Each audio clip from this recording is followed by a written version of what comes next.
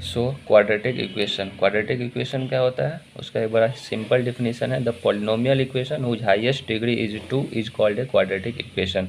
जिसका highest degree 2 हो उसे क्वाड्रेटिक इक्वेशन कहते हैं। इसमें मोस्ट इंपॉर्टेंट ये 2 है। हमारा जो x का जो हाईएस्ट पावर होना चाहिए वो 2 होना चाहिए। इसका जनरल फॉर्म मतलब हमारा क्वाड्रेटिक इक्वेशन किस तरीके का दिखेगा, ax² plus bx plus c is equals to 0। हमारा क्वाड्रेटिक इक्वेशन कुछ इस तरीके का दिखेगा। अब इसमें हमारा ए बी सी क्या है, तो ए बी सी हमारा रियल नंबर होगा। रियल नंबर मतलब -∞ से +∞ के बीच में कोई सा भी एक नंबर हो सकता है। इसमें एक मोस्ट इंपॉर्टेंट है, A is not equals to 0। A 0 नहीं होना चाहिए। अब ए 0 क्यों नहीं होना चाहिए, क्योंकि अगर ए हमारा 0 हो गया तो ये जो x² का जो कोफिशिएंट है, ये x² का जो टर्म है वो पूरा गायब हो जाएगा। और x² का टर्म नहीं रहेगा तो हमारा क्वाड्रेटिक इक्वेशन सेटिस्फाई नहीं करेगा। बी और सी कुछ भी हो सकता है।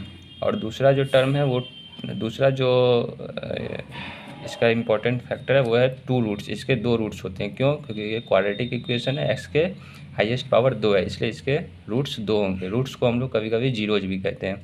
जनरली हम लोग रूट्स को अल्फ़ा और बीटा से डिनोट करते हैं। अल्फ़ा और बीटा जो रूट्स होंगे वो जो हमारे इक्वेशन को है वो सेटिस्फाई करेंगे। जे मतलब कि अगर हम इनके रूट्स को इक्वेशन में पुट करेंगे तो वो इक्वेशन को 0 या उस इक्वेशन को सेटिस्फाई करेगा। जैसे a∝² पे b∝ plus c equal to 0। इसी तरह से बीटा पुट करेंगे तो इस तरीके से होगा। अब हमारा कुछ एग्जाम्पल है, उसको हम लोग देख लेते हैं। x² - 3x + 3 is equals to 0। ये क्वाड्रेटिक इक्वेशन होगा। 2x² - 3 is equals to 0। ये क्वाड्रेटिक इक्वेशन होगा। अब इसमें x का टर्म तो नहीं है, फिर ये क्वाड्रेटिक इक्वेशन क्यों होगा? क्योंकि हमको x के टर्म से कोई लेना देना नहीं है, हमको मेन x² के टर्म्स है वो 0 नहीं होना चाहिए, इसलिए ये भी क्वाड्रेटिक इक्वेशन होगा। 2x² - 5x - 3 ये क्वाड्रेटिक इक्वेशन नहीं होगा। अब ये क्यों नहीं होगा? इसमें तो x² का भी टर्म है और सब कुछ है। इसमें ये क्वाड्रेटिक इक्वेशन नहीं होगा क्योंकि ये इक्वल्स टू 0 नहीं है। ये क्वाड्रेटिक है, क्वाड्रेटिक इक्वेशन नहीं है। x + 5 इज इक्वल्स टू 0 ये क्वाड्रेटिक इक्वेशन नहीं होगा क्योंकि इसमें x² का टर्म नहीं है। अब जो हमारा नेक्स्ट टॉपिक है वो है श्रीधराचार्य रूल। श्रीधराचार्य ने हमें एक फार्मूला दिया था जिसके फार्मूला की मदद से हम लोग क्वाड्रेटिक इक्वेशन का रूट्स निकाल सकते हैं आसानी से। वो फार्मूला क्या है? मान के चलिए x² plus bx plus c equal to 0 हमारा क्वाड्रेटिक इक्वेशन है। इसके हम लोग रूट्स अल्फ़ा प्लस बीटा मान लेंगे। और इसका जो फार्मूला है जो श्रीधराचार्य ने दिया वह x बराबर -b plus minus √b² - 4ac/2a। अब इसमें एक प्लस है एक माइनस है। अगर हम एक बार प्लस लेंगे तो हमारे एक रूट्स अल्फ़ा आएंगे और अगर हम माइनस लेंगे तो हमारे दूसरा रूट्स बीटा आ जाएंगे। नेक्स्ट जो है वो हमारा टर्म होता है एक डिस्क्रिमिनेंट क्या होता है? b² - 4ac। यही हमारा डिस्क्रिमिनेंट कहलाता है, जो कि यहाँ पे लिखा हुआ है b² - 4ac। इसी को हम लोग डिस्क्रिमिनेंट कहते हैं। डिस्क्रिमिनेंट को हम लोग डी से डिनोट करते हैं। डी अगर ग्रेटर दैन इक्वल टू 0 हो गया तो वो हमारा रियल रूट्स होंगे। अब इसको हम एक एग्जांपल की मदद से समझने की कोशिश करेंगे। x² plus 6x plus 6 is equals to 0। इसके हम लोग मान लेते हैं अल्फ़ा और बीटा 2 रूट्स हैं। इसको हम लोग ax² plus bx plus c equal to 0 से कंपेयर करेंगे तो वहाँ से हमको a बराबर 1 मिलेगा, b बराबर 6 मिलेगा और c इक्वल टू 6 मिलेगा। इससे हम लोग d निकालेंगे। d का फॉर्मूला होता है b² - 4ac। तो b हो गया 6² 36 माइनस 4a इंटू सी। इसको सॉल्व करेंगे तो हमें 12 मिलेगा, जो कि ग्रेटर देन 0 है। तो हम लोग ये बोल सकते हैं कि यहाँ से कि जो भी हमारा रूट्स होंगे वो रियल रूट्स होंगे। रूट d निकालेंगे तो √12 जो कि हमारा 2√3 आता है। अब रूट्स निकालने के लिए हमारा जो श्रीधराचार्य फार्मूला है उसे हम लोग यूज करेंगे, जो कि है -b plus √t b² - 4ac। उसको हम लोग d कहते हैं और उसके ऊपर √/2a। अब इसको जब हम वैल्यू पुट करेंगे, इसमें जो वैल्यू दिया हुआ है हम लोगों को -6 प्लस 2√3/2 इंटू 1, तो हमें ये आएगा। यहाँ से 2 कॉमन लेके कैंसिल करेंगे तो -3 प्लस √3। अब दूसरा हमने एक बार प्लस लिया, अब ठीक उसी जगह पे हम लोग माइनस लेंगे तो हमारा जो रूट्स होगा वो -3 माइनस √3 आ जाएगा। तो हमें एक -3 प्लस √3 रूट मिला और -3 माइनस √3 रूट्स मिला। अब हमारा जो एक नेक्स्ट एक छोटा सा टॉपिक है जिसके बारे में अभी हमने देखा डिस्क्रिमिनेंट, उसी के बारे में कुछ और जानकारी है। उसके 3 केस होते हैं। पहला केस अगर डी ग्रेटर देन 0 होगा, डी ग्रेटर देन 0 होगा तो हमारा जो रूट्स होगा रियल एंड अनइक्वल होगा, और ये फार्मूला जो अभी हमने श्रीधराचार्य में देखा वो लगा के वो रूट्स निकालेंगे। और इसमें अगर इसके 2 केस है, अगर डी हमारा परफेक्ट स्क्वायर हो गया, परफेक्ट स्क्वायर मतलब 4, 9, 16 जिसका हम लोग परफेक्ट स्क्वायर निकाल सकते हैं, और एक होता है D is not perfect, D जब परफेक्ट स्क्वायर नहीं होगा।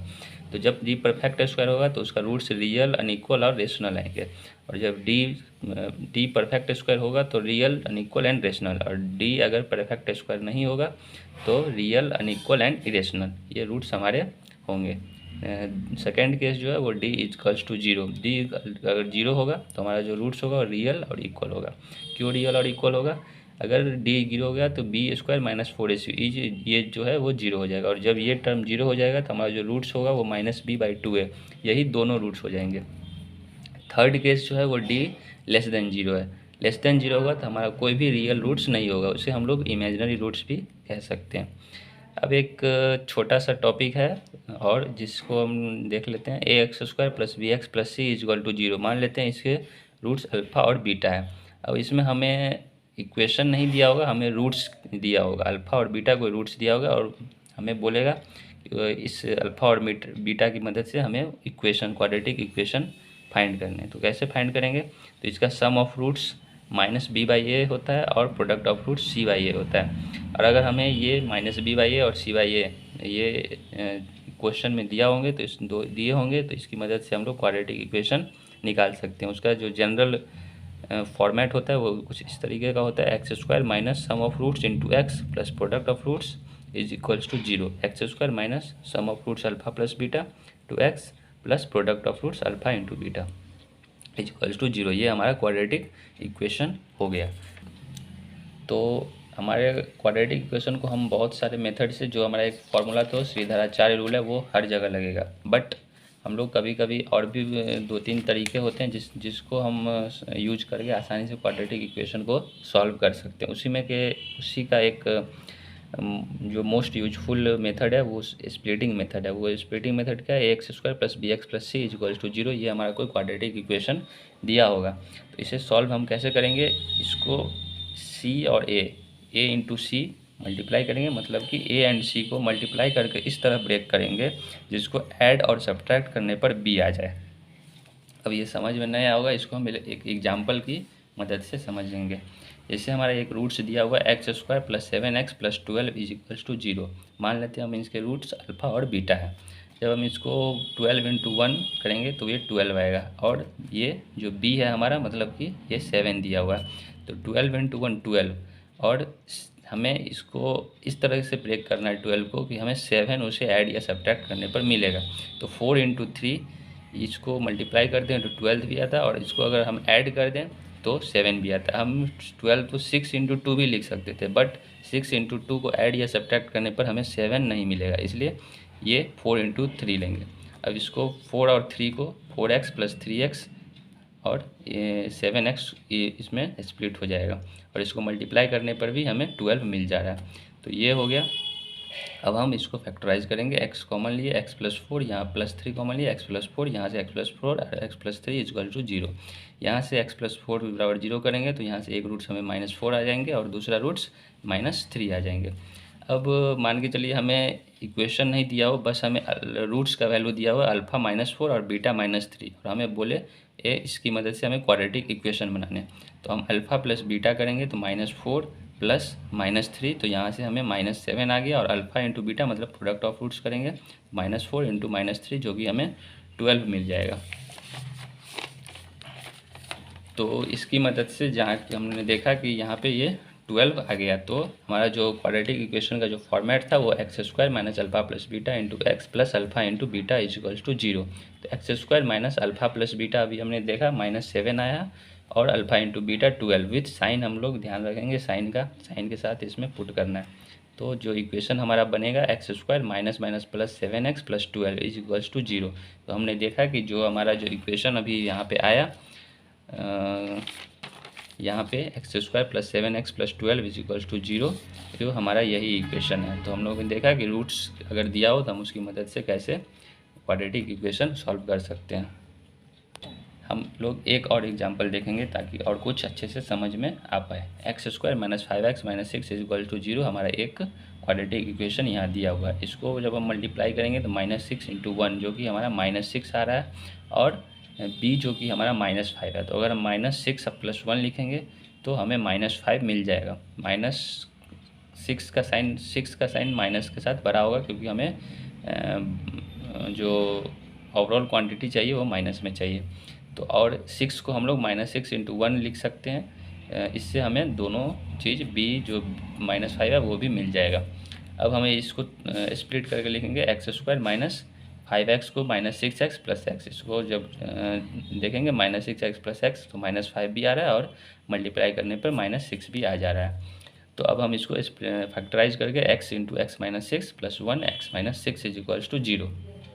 x minus 6 × x plus 1 equal to, यहाँ से जब हम इसे 0 के इक्वल करेंगे तो एक इक्वेशन एक रूट्स 6 और एक रूट्स -1 आ जाएगा।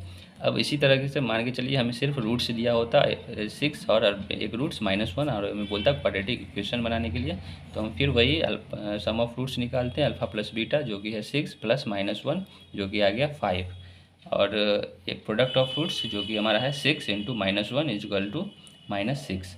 तो ये हमारा सम आ गया और प्रोडक्ट आ गया। अब हमें जो फॉर्मेट पता है क्वाड्रेटिक इक्वेशन का वो ये है x square minus sum of roots into product of roots.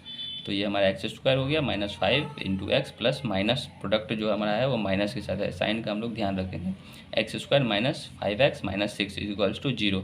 ये इक्वेशन देख लीजिए, यही इक्वेशन है जो हमें भी हमने देखा। तो इस तरीके से हमने क्वाड्रेटिक इक्वेशन का जो मेन पॉइंट था वो हम लोगों ने देखा और कुछ क्वेश्चन भी देखे। और भी क्वेश्चन मैं अगले वीडियो में कोशिश करूंगा लाने के लिए। आपको अगर ये वीडियो अच्छी लगी हो तो प्लीज़ हमारे चैनल को लाइक और सब्सक्राइब करें, और अगर कोई टॉपिक आपको पढ़ना हो तो प्लीज़ कमेंट सेक्शन में हमें बताएं।